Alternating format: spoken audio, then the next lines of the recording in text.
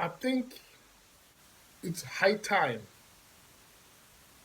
that we presented a well articulated response to this Benson character. You see, I've noticed that sometimes when we respond and we're ranting and raving, our point cannot be put across articulately. Now, that said, I've been watching with interest in your very well calculated, propaganda driven videos as you maliciously try very hard to vilify the Ndebele people. We've been watching it. I know that you try and use pretty language. I know that you try and make yourself sound like someone who is a moderate person.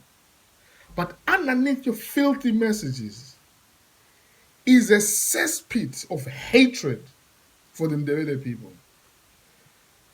It's fine because in the grand scheme of things, you're irrelevant. You're irrelevant politically, you are irrelevant socially, and absolutely irrelevant financially.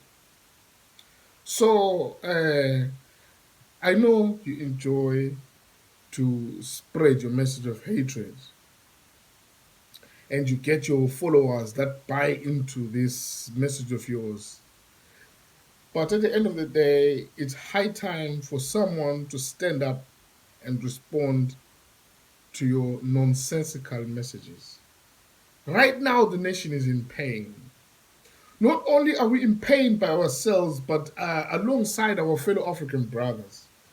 Xenophobic attacks, no matter how you can try and gauge them or level them and say who's been killed or who hasn't been killed or who has been robbed or who hasn't been robbed. You see the trick that you're using. It's been used by many politicians over the years. Right now, it's in use in America. Donald Trump is using it.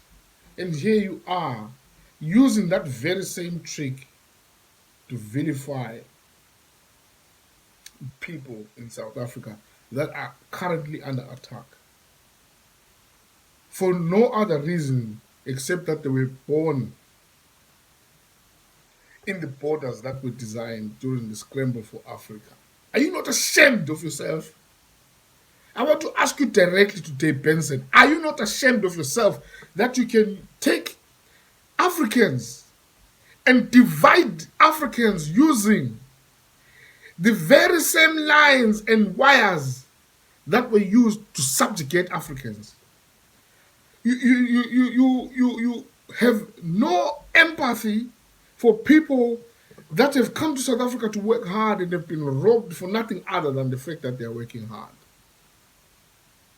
You have no sympathy for people that left Zimbabwe fleeing a government that was not giving them the opportunities that they should have had, educationally, socially, bringing them down. And here you are online. See, this online thing is a problem for some people.